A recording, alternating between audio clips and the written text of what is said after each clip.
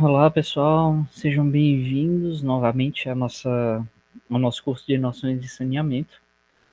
Na aula de hoje, nós vamos tratar sobre o condicionamento final e a rede de distribuição. Então, com isso, nossos objetivos vão ser compreender os processos de tratamento final da água, né, de condicionamento final, que a gente vai ver que vão ser floração, cloração e correção do pH. Tá, isso tudo para que essa água, mesmo depois de tratado, passado por todos aqueles processos, ela seja adequada ao consumo final humano, ok? E o outro objetivo vai ser identificar as características das redes de distribuição de água. Tá? A gente vai ver também que elas podem ter algumas configurações diferentes, e de acordo com essas configurações, nós vamos ter algumas, algumas características diferentes, né? Algumas particularidades diferentes, inclusive para o dimensionamento. Então, para isso, a nossa aula vai ser dividida em duas partes principais. Uma primeira tratando do condicionamento final, em que nós vamos observar as generalidades, tratar sobre a desinfecção, sobre a floração e, por fim, a correção do pH. E uma segunda parte em que nós vamos tratar da rede de distribuição, falando sobre suas generalidades. Aqui a gente vai classificar elas de acordo com sua geometria, com a tubulação e posição do reservatório, por exemplo, e em seguida apresentar alguns requisitos técnicos para o correto funcionamento dessas redes de distribuição. Tratando do condicionamento final, se vocês lembrarem, a gente já viu essa figura algumas vezes, porque a gente, de acordo, conforme a gente foi passando no tratamento de água, nós fomos vendo captação, depois falamos sobre pré-tratamento, né, no gradeamento e desarenação, pré-oxidação e pré-cloração, coagulação, floculação, sedimentação, filtração, e agora nós estamos aqui, condicionamento final e distribuição dessa água, tá? A gente viu que cada uma dessas etapas é importante por algum motivo, né? O pré-tratamento, que esse gradeamento e desarenação vai tirar a areia, né, para melhorar o, o tratamento, e vai tirar os sólidos grosseiros pelo gradeamento. A pré-oxidação e pré-cloração vai estar funcionando aqui para reduzir a quantidade de coagulante utilizada na etapa de coagulação, que vai ser aquela em que a gente vai acrescentar um componente químico aí, geralmente sais de alumínio, que vão estar responsáveis por unir essas partículas pequenas para que elas aumentem nessa etapa seguinte, floculação, e que após essa floculação, a floculação vai ser responsável por imprimir energia mecânica suficiente para que essas partículas se choquem e se unam, para que na etapa seguinte elas possam sedimentar ou flotar, né, a depender do processo que está sendo utilizado. Depois disso é feita uma filtração para tirar esses outros sólidos que não foram retidos nem retirados, e para já diminuir uma grande quantidade de organismos patológicos, para que a gente possa então chegar aqui nesse condicionamento final, na desinfecção, fluoração e correção do pH, e depois distribuir para a população essa água. Então, essa etapa final, conhecida como condicionamento final, vai consistir em atividades que vão garantir que a água tenha uma qualidade adequada para a distribuição e que ela chegue nos pontos de consumo com essa qualidade. Tá? O condicionamento final, então, vai compreender essas etapas de desinfecção, floração e correção do pH. A desinfecção, ela vai ser a etapa que vai retirar os organismos patogênicos que não foram removidos nas etapas anteriores. Tá? A gente lembra que nessas etapas aqui, todas, até pré-oxidação, pré-cloração, na sedimentação, quando ia formando lá aquele lodo, parte daquele lodo já digeria esses organismos patogênicos. Na filtração também, quando a gente tem até aquela filtração lenta, é formada aquela Schmuckdecke, que é aquela camada lá de lama, de lodo, que vai digerir também, retirar esses organismos patogênicos. Mas é no condicionamento final que a gente vai focar especificamente nisso, na remoção desses organismos, para que a gente garanta a água na condição adequada, tá? Então, para isso, a gente pode utilizar de métodos químicos, tais como cloração, ozonização, adição de peróxido de hidrogênio ou de íons metálicos, assim como métodos físicos, que utilizarão da implantação de radiação ultravioleta e calor, tá? A decisão por utilizar um método ou outro depende de características operacionais, de condições da água, de disponibilidade desses materiais e facilidade de remoção, tá? Então, se a gente vai ver que algumas águas, a depender dos tipos de organismos patogênicos, uma cloração talvez não seja, embora retire a maior parte, ela não vai conseguir retirar tudo, tá certo? Então, mas apesar disso, no Brasil, a cloração é o processo de desinfecção mais utilizado, porque ele tem um custo baixo e é fácil de operação. Tá? Por que ele é fácil de operação? Porque ele vai consistir em adicionar um cloro gasoso, que pode ser feito aqui por uma tubulação, jogando esse cloro gasoso aqui, ou então por soluções de hipoclorito de cloro, que são jogadas nessa água, permitida aqui uma mistura após a filtração, tá certo? Então, ela vai ter essas vantagens, além de que a adição de cloro também permite que a gente tenha um cloro residual nessa água após a etapa de desinfecção, para que para que a gente garanta que no ponto de consumo essa água também chegue desinfetada. Por quê? Porque esse cloro residual que a gente pode deixar, esse cloro residual livre que pode deixar após a saída da ETA, ele vai estar funcionando aqui enquanto que a água está passando por essas tubulações e caixa d'água, reservatórios, ela vai estar funcionando aqui também causando essa desinfecção aqui durante todo esse sistema, até chegar no ponto de consumo, tá certo? Então, é outra vantagem bem interessante da cloração. Mas para que esse cloro residual exista, não basta jogar qualquer quantidade de cloro. Como é que eu faço então?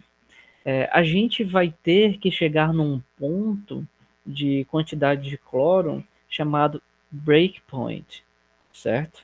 Nesse ponto, a gente vai ter que todas as substâncias oxidáveis da água, elas já consumiram cloro. E a partir desse ponto, a gente vai ter um aumento. Quanto mais cloro a gente colocar nessa água, mais nós vamos ter cloro residual livre.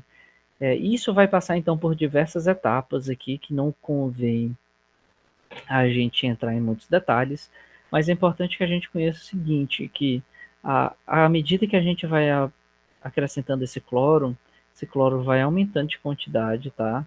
Até ele começar, enquanto ele está consumindo essas, essas substâncias oxidáveis, em determinado ponto ele vai começar a diminuir porque ele vai precisar de uma quantidade maior para oxidar algumas outras substâncias que têm uma maior proporção e têm uma maior dificuldade para oxidar, tá certo? Por isso que elas vêm aqui. E só depois de oxidar elas e esses organismos patogênicos é que o cloro residual ele vai aumentar sem diminuir novamente, porque ele já está consumindo, ele já consumiu todas essas substâncias oxidáveis, tá? No entanto, como nem tudo são flores, a utilização do cloro também tem algumas desvantagens, né?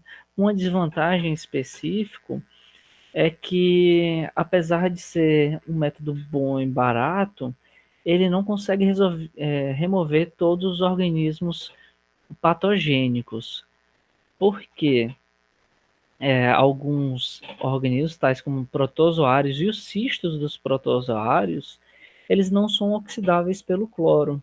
E a gente precisa, então, para remover eles, de alguma substância, algum processo que possua um potencial de oxidação maior. Para isso, então, uma das alternativas é a utilização de ozonização. O que é que vai ser a ozonização? Vai ser o processo de injetar ozônio na água, já que esse ozônio possui um maior poder de oxidação, tá? Quer dizer que eu tenho que usar um ou outro, a depender da qualidade da água? Não necessariamente, eu posso inclusive usar um desses processos depois do outro. Eu posso utilizar uma cloração, já que ele é mais barato, para que eu remova a maior parte desses organismos patogênicos e numa etapa seguinte, ainda na desinfecção, eu aplicar esse ozônio para retirar o restante, porque eu vou diminuir o consumo de ozônio, que é bem mais caro do que o cloro, certo? Além da desinfecção, depois dela, nós vamos precisar, então, vários estudos já mostraram que antigamente se tinha muitos problemas é, dentários, muitos problemas de cárie, e foi observado que o flúor era seria uma substância bastante eficaz no combate às cáries dentárias. Daí, alguns estudos foram feitos e se observou que a fluoração, também chamada de fluoretação, apesar de que essa palavra no dicionário não existe, tá? O termo correto seria fluoração. Ah, mas, enfim, o pessoal observou que fazendo a fluoração da água, conseguia-se, dessa água de abastecimento, conseguia-se diminuir a incidência de cárie dentária na população geral, já que muita gente acabava consumindo essa água para beber, mas mesmo para as atividades diárias mesmo, de lavagem, lavar a boca, esse flúor adicionado à água já era bastante eficiente para diminuir essa incidência de cárie dentária. Para tal, então, os produtos que a gente pode utilizar na floração são fluoreto de cálcio, ácido silícico, fluoreto de sódio e silicofluoreto de sódio, ou fluorsilicato de sódio, tá?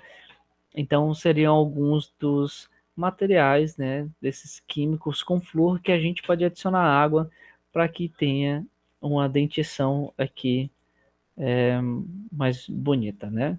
E com a menor incidência de cáries. Por fim, para melhorar a eficiência e reduzir os custos com a manutenção da rede de distribuição, nós temos que efetuar uma correção do pH. Isso porque os estudos já demonstraram que pHs altos demais e baixos demais, eles são, eles são maléficos para a rede de distribuição. Por quê? Porque os pHs altos, né, que é um pH alto, é um pH básico. Então, um pH alto, muito básico, ele pode provocar a formação de incrustações na rede, né, na tubulação. Essas incrustações que vão aumentar a rugosidade, então vão diminuir a vazão que a gente vai transportar, vai aumentar a perda de carga. Além de que esse material que vai ficar incrustado vai alterar a cor vai aumentar a cor e alterar a cor, né, da água depois que ela saiu da estação de tratamento, vai aumentar a turbidez, vai alterar o sabor da água também. Enquanto que pHs baixos, né, pH ácido, eles vão resultar numa corrosão da tubulação e contaminação da água também. Isso a gente não quer também, porque se a gente tiver todos esses prejuízos na nossa rede de distribuição, vai aumentar a nossa manutenção, além de causar que esse aumento de cor, turbidez e sabor que vão ser desagradáveis para o consumo, ou Então a gente vai ter uma maior manutenção, isso a gente não quer. Para isso, então, a gente tem essa etapa de correção do pH no condicionamento final, em que a gente vai buscar trazer essa água para dentro de determinados limites considerados ideais, que é um pH entre 6, que é levemente ácido, até e entre um pH de 6 levemente ácido e um pH de 9,5, que também a gente pode dizer que é levemente básico, certo? Mas, professor, qual seria o valor ideal mesmo? Ah, colocar 7, colocar 8. Na verdade, a gente já tem aqui, o pH ideal não vai ser um valor específico, mas vai ser essa faixa. Desde que o pH esteja nessa faixa entre 6 e 9,5, nós temos um pH ideal para essa distribuição da água e para o abastecimento humano, tá? Abaixo de 6 vai ser muito ácido, então vai provocar esse problema de corrosão nas tubulações, e acima disso vai ser muito básico, gerando incrustações na tubulação, aumento de cor, turbidez e alteração do sabor. Ok? Tendo feito tudo isso, a gente termina o tratamento de água e agora a gente passa para a rede de distribuição. Então a gente viu que nesse tratamento de água a gente tem diversas etapas e todas essas etapas são muito importantes por diversos aspectos, né, para que a água chegue numa condição adequada nas nossas torneiras, né, nos nossos pontos de consumo. Mas essa água vai ter todo um trajeto desde a estação de tratamento até o ponto de consumo, né? Vou colocar aqui uma torneirinha, trazer aqui uma torneirinha, até o ponto de consumo. Certo? E o que é que tem aqui nesse meio? Então, é a rede de distribuição. Essa rede de distribuição a gente precisa também dimensionar e a gente vai ver que em alguns pontos ela, dependendo de como for essa rede, não vai ser tão fácil, vai ser até um processo iterativo. A rede de distribuição, então, ela é muito importante para fazer a água chegar nos nossos pontos de consumo, nos nossos lares, mas também porque ela é uma das partes de maior custo de implantação do sistema de abastecimento de água, chegando a cerca de 75% do custo. Então, por isso, a gente tem que ter uma atenção muito especial para essa rede de distribuição de água, tá? Como é que a gente classifica ela, então? A gente pode classificar ela quanto ao tipo de água distribuída, quanto ao tipo de alimentação do reservatório e quanto à geometria da rede. Aqui, em específico, a geometria levando em consideração as tubulações principais e secundárias, tá?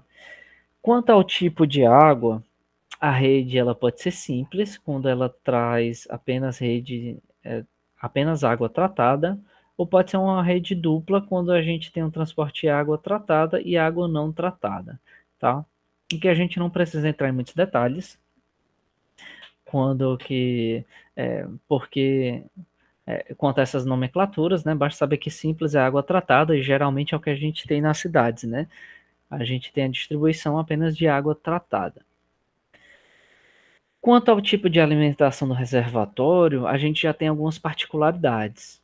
Isso porque nós temos algumas configurações diferentes. Nós podemos ter uma rede com reservatório a montante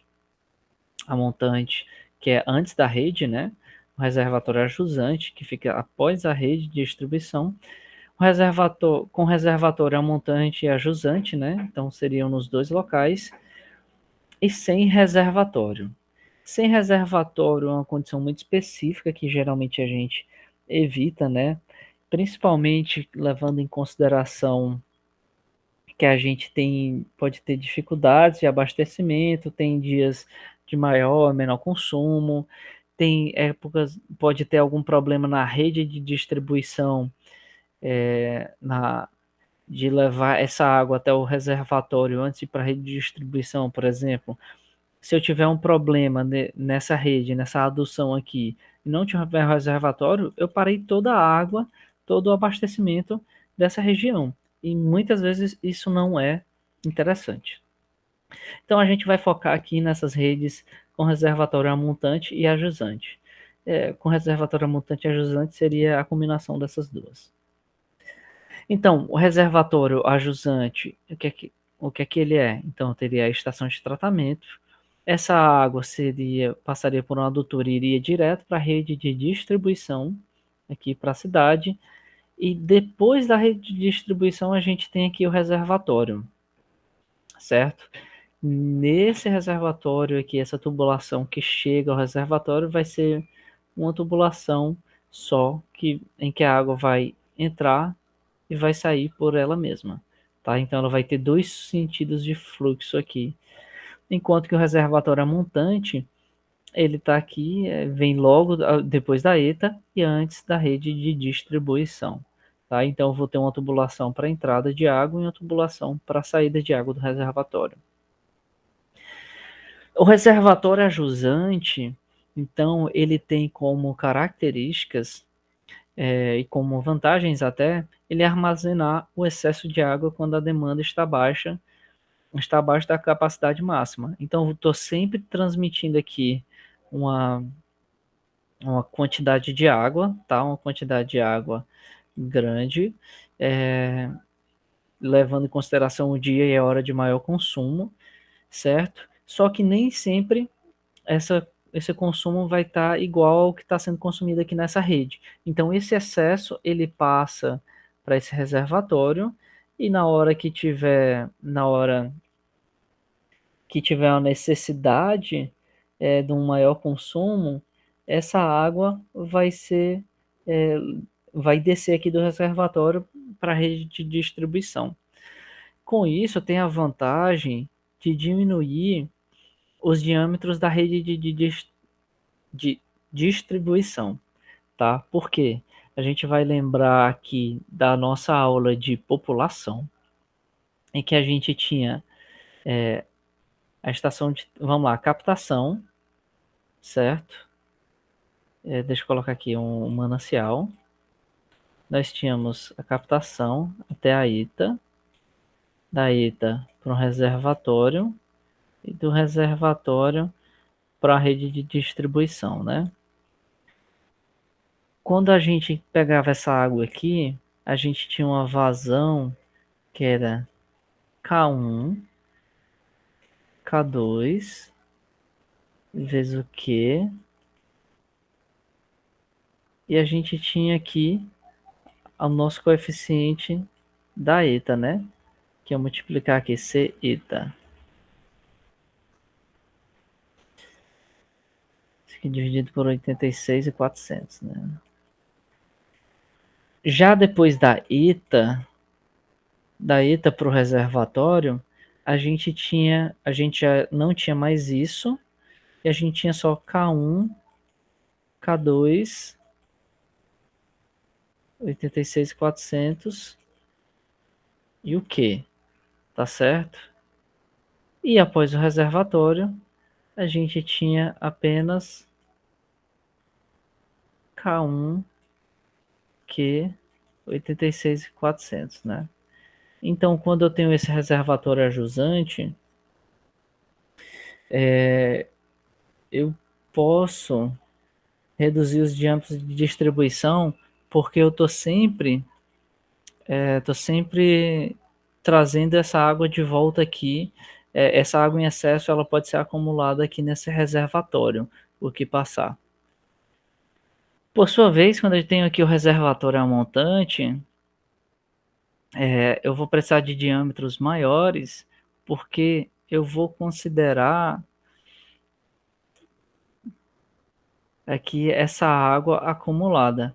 E ela vai ter como característica de que esses reservatórios são dimensionados para manter a altura e vazão manométrica constantes, tá? Então essa vai ser uma vantagem. Enquanto aqui no reservatório ajusante, a própria pressão, a água que sai da ETA, tem que garantir a altura manométrica constante. Aqui o que a gente vai ver que tem uns requisitos técnicos quanto à pressão máxima e mínima. Com o reservatório a montante isso fica mais fácil, porque eu coloco o reservatório, dimensiono ele para garantir que eu tenha essa pressão máxima, a pressão mínima aqui a partir dele, certo? Ok. Essa seria a classificação quanto à posição do reservatório.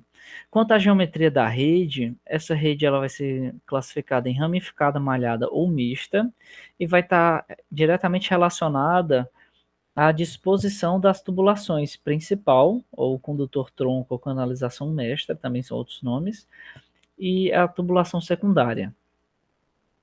Para a gente entender melhor, quem que é a tubulação principal?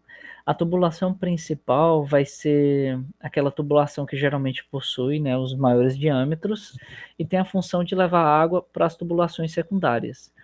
Enquanto que a tubulação secundária vai ter menores diâmetros, porque ela fornece a água diretamente para os pontos de consumo. Ou seja, vai ser a tubulação que vai receber diretamente as ligações prediais. Então vamos supor aqui que eu tenho uma cidade, por exemplo, está vindo essa tubulação principal. Essa tubulação principal vai ter tubulações secundárias aqui, e é a partir e aqui que eu vou ter as casinhas, tá? Então, aqui casas, casas, casas.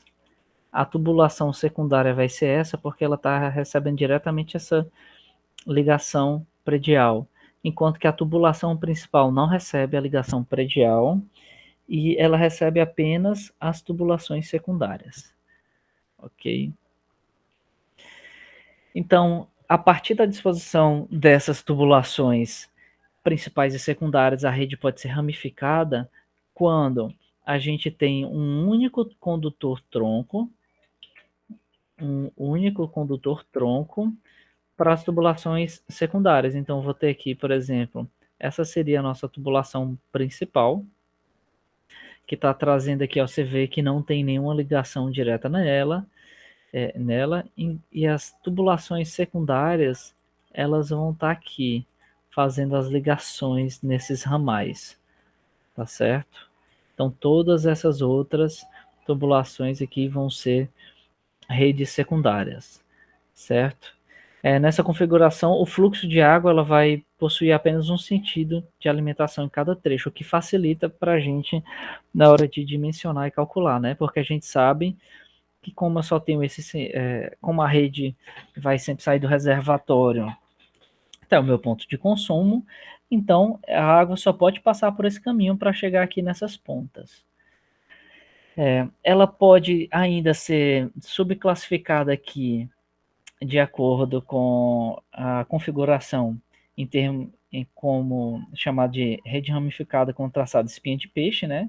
Que é bem parecido, que tem uma coluna aqui principal, um conduto principal e os condutos secundários saindo, né? Tanto inclinados quanto retos. Ou uma rede ramificada com traçado de grelha, tá certo? Que seria essa aqui. Tem um conduto principal aqui passando e os condutos secundários vão saindo aqui, tá? A utilização da rede ramificada é recomendada quando a topografia da região não permite a utilização de uma rede malhada, que a gente vai ver que essa rede malhada tem algumas vantagens, muitas vantagens, na verdade. E por que isso? Porque ela possui uma desvantagem de ocasionar uma paralisação geral dos pontos de abastecimento a jusante caso haja alguma interrupção no sistema. Imagine, por exemplo, que eu tenha que fazer uma manutenção aqui nesse trecho da rede. Então, eu fechei esse ponto. Então, todo mundo que está aqui na frente vai ficar sem receber água por conta disso. Tá? Eu vou ter água sendo abastecida só até os pontos anteriores a essa paralisação, o que é muito ruim, né? Imagina se eu tenho uma manutenção aqui logo no começo da rede, aí vai ficar todo mundo sem água, aí fica muito ruim. Para isso, nós temos então a rede malhada. Essa rede malhada, ela vai ter diversos nós aqui, em que essas tubulações vão se encontrando, o que vão permitir que essa água ela possa circular por diversos caminhos diferentes. Imagine, por exemplo, que a água, o sentido normal da água seria esse, por exemplo, mas em determinado momento eu preciso fazer uma manutenção desse trecho aqui, eu vou fechar. Quando isso acontece, a água pode chegar para o mesmo ponto por outros caminhos, pode vir por aqui, chegando até aqui, pode vir aqui por cima e descer. Então isso facilita o abastecimento, tá? Então, vai facilitar a manutenção e a flexibilidade de abastecimento. E o que, é que são essas redes malhadas, então? Elas vão ser redes em que a tubulação principal, as tubulações principais formam blocos ou anéis que serão responsáveis pelo abastecimento, permitindo mais de um sentido de escoamento. Era isso que eu estava mostrando aqui, né? A gente tem esses blocos e os anéis. Os anéis vão ser isso aqui, né? A gente tem redes principais. Vou apagar isso aqui para não confundir. A gente vai ter essa tubulação principal aqui fazendo anéis ao redor aqui da cidade para facilitar esse abastecimento em várias direções, tá?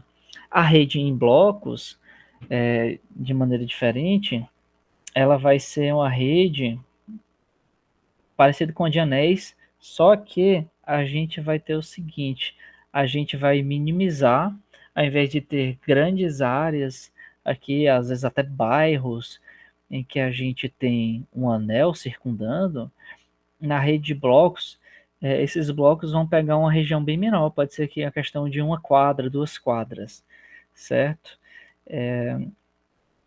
E isso vai minimizar, então, a quantidade, a parcela de rede desabastecida caso haja uma manutenção, e vai minimizar, então, esses prejuízos.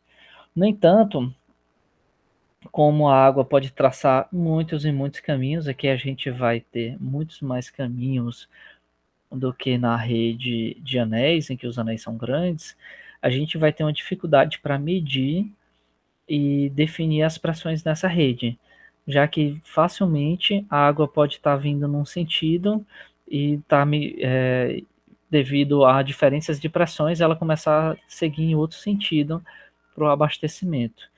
Então vai dificultar essa medição.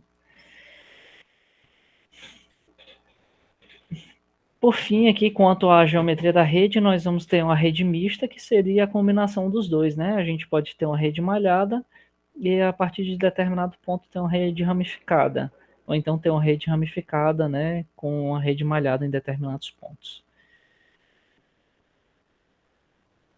A partir de agora, então, a gente vai passar para os requisitos técnicos dessa rede de abastecimento.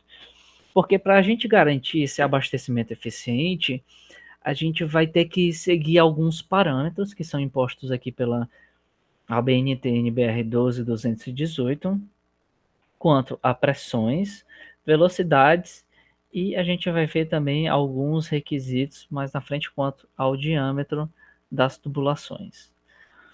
Quanto às pressões, nós temos que observar as pressões estática máxima e dinâmica mínima, e quanto às velocidades, velocidade máxima e mínima. A pressão dinâmica mínima que é estabelecida, ela vai levar em consideração, então, a pressão mínima em determinado ponto da rede de distribuição em dia e hora de maior consumo, tá? E na situação mais desfavorável, ou seja, na situação em que o reservatório está em seu nível mínimo. Por que isso? Por que a gente quer definir essa pressão dinâmica mínima? Porque a gente quer garantir que a gente vai ter uma pressão suficiente para vencer os obstáculos topográficos e as perdas de carga. Ou seja, então na hora da gente calcular essa pressão dinâmica mínima, a gente tem que considerar perdas de carga, tá certo? E a pressão que eu preciso para vencer esses obstáculos topográficos. Considerando a equação de Bernoulli, essa pressão dinâmica mínima que a gente vai observar vai estar relacionado à altura piezométrica. Então, essa altura piezométrica mais as perdas de carga é que a gente tem que considerar para que se tenha a pressão dinâmica mínima. Ou seja, eu vou olhar aqui a energia necessária, tá? A energia mínima necessária vai ser tal que eu tenha essa pressão mínima mais a energia referente às perdas de carga, tá? Porque se eu desconsiderar essa parte das perdas de carga, eu pode ser que eu não atinja essa energia mínima para o abastecimento. Ok? Então, quem é que ela vai ser? A NBR 12218, ela define como esse valor para pressão dinâmica, ou seja, a pressão quando a água está escoando, essa pressão mínima dinâmica tem que ser igual a 100 kPa ou 10 metros de coluna d'água. Quanto à pressão máxima, a gente já vai observar a pressão estática. A pressão estática máxima, então, ela vai considerar apenas a diferença de cota entre os pontos, já que a água vai estar estática, né? Então a gente não vai ter movimento de água, logo a gente não tem perdas de carga. Não há movimento de água. Então vai levar apenas a diferença de altura, né? A diferença de cota. Ou seja, vai ser o nosso parâmetro Z, que na equação de Bernoulli, né? A altura geométrica. E ela visa evitar pressões excessivas na tubulação e reduzir as perdas de carga durante a distribuição. Por quê? Porque se eu tiver uma pressão muito alta, eu vou estar forçando essas juntas aqui e eu posso ter uma maior perda de água aqui na água distribuída. Além de que, se eu tiver uma pressão muito alta, vocês vão lembrar de hidráulica, que a perda de carga ela vai estar relacionada aqui diretamente com a pressão. Então, quanto maior a pressão, maior a perda de carga, certo? Com isso, então, a norma vai recomendar que essa pressão máxima seja a menor possível, desde que a gente garanta também essa condição de pressão dinâmica mínima, obviamente, né?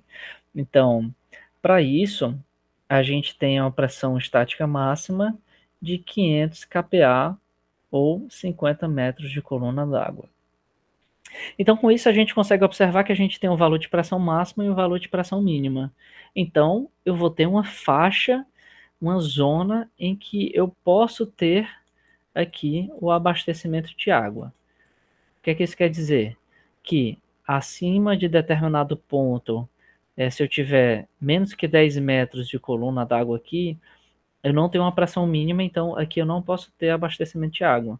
E abaixo disso, a pressão vai estar acima da pressão máxima e eu não vou conseguir e vai ser prejudicial para a minha tubulação. Aqui é interessante a gente ver nessa divisão de 10 e 40, por quê?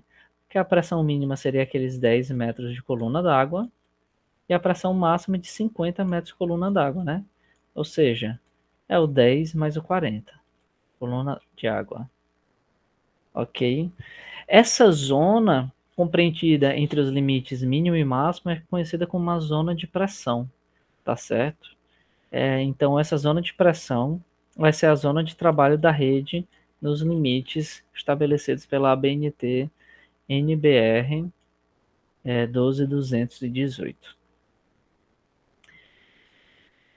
Quanto aos requisitos de velocidade, a norma 12218 também traz alguns valores, aqui no caso a velocidade mínima seria de 0,4 metros por segundo. E para que a gente vai precisar de uma velocidade mínima então? Isso a gente viu já naquelas aulas de adução e captação, né? Aqui a gente tinha também uma velocidade mínima para essa tubulação, visando evitar o depósito de sedimentos em seu interior, né? Então, se eu tiver uma velocidade muito baixa, eu posso começar a sedimentar aqui a areia, sólidos, seja o que for, diminuindo aqui a seção e aumentando a perda de carga, né? E com isso diminuindo também a vazão que está passando. Para isso, a gente estabelece essa velocidade mínima de 0,4 metros por segundo, segundo a NBR 12218. Mas a gente também não quer uma velocidade muito alta, porque essa velocidade muito alta pode causar trepidações, nas tubulações. Né?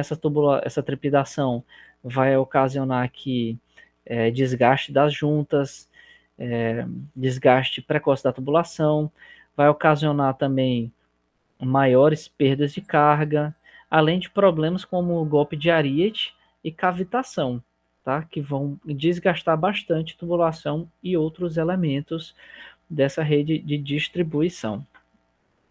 Por conta disso, então, é que a gente tem essa velocidade máxima e ela vai depender da perda de carga. Então, ao invés de nos estabelecer um valor máximo, como a gente tinha para a velocidade mínima, é que a velocidade máxima ela é estabelecida em função da perda de carga, de uma perda de carga de 10 metros por quilômetro, tá? Então, aqui a gente tem uma tabela disposta até no livro que a gente usa para o nosso curso, né? Informando aqui alguns diâmetros de tubulação e as velocidades máximas, levando em consideração já essa perda de carga, tá? É assim a velocidade máxima e a vazão máxima que consegue ser transportada. Ok, então a gente consegue observar aqui que de uma tubulação de 50 milímetros, a gente tem uma velocidade máxima de 0,5 metros por segundo, e numa tubulação de 600, a gente já tem uma velocidade máxima de 1,8 metros por segundo. Isso aqui vai depender também do material, né, gente? Porque a perda de carga ela é relacionada aqui ao material, né? Que vai ter a sua rugosidade e etc. Para finalizar, os diâmetros dos condutos também devem ser tais que a gente tem uma rede funcionando da maneira mais eficiente possível. Isso a gente, para calcular, principalmente quando a gente tem uma rede malhada, em que a gente tem diversos nós aqui e a água pode estar indo em diversos sentidos, vai ser um processo iterativo, tá? Até a gente descobrir qual vai ser a vazão passando em cada um e qual vai ser o diâmetro que a gente vai determinar. Mas, mesmo assim, a gente tem alguns valores recomendados para os diâmetros dos condutos, para garantir esse correto funcionamento e garantir o abastecimento das populações atuais e de horizonte de projeto. Então, a gente pode dizer que os diâmetros mínimos das tubulações principais, eles vão variar aqui de acordo com a densidade demográfica, aqui já pensando na quantidade de ligações que vão estar sendo utilizadas simultaneamente. Para locais com densidade demográfica superior a 150 habitantes por hectare, um diâmetro mínimo seria de 150 milímetros. Para núcleos urbanos com população superior a 5.000 habitantes, um diâmetro mínimo de 100 milímetros. E quando em núcleos urbanos com população inferior a 5.000 habitantes, um diâmetro mínimo de 75. Já para as tubulações secundárias, é recomendado que a gente utilize uma tubulação mínima de 50 milímetros, isso para garantir aqui limpeza, manutenção e evitar que uma rugosidade aqui cresça, qualquer coisa aconteça e impeça logo essa vazão de água, ok? Então, pessoal, por hoje era isso que eu queria mostrar para vocês. Então, se vocês tiverem alguma dúvida, vocês podem me enviar um e-mail ou mandar alguma dúvida aí nos comentários do YouTube, tá? A aula de hoje, então, teve como bibliografia o livro básico que a gente está usando, né? É o abastecimento de água. E a NBR 12218, que trata do projeto de rede de distribuição de água para abastecimento público. Então é importante que vocês deem uma lida, pelo menos no livro, e uma lida por cima aqui, pelo menos nessa norma. Tá certo? Até a próxima aula, pessoal.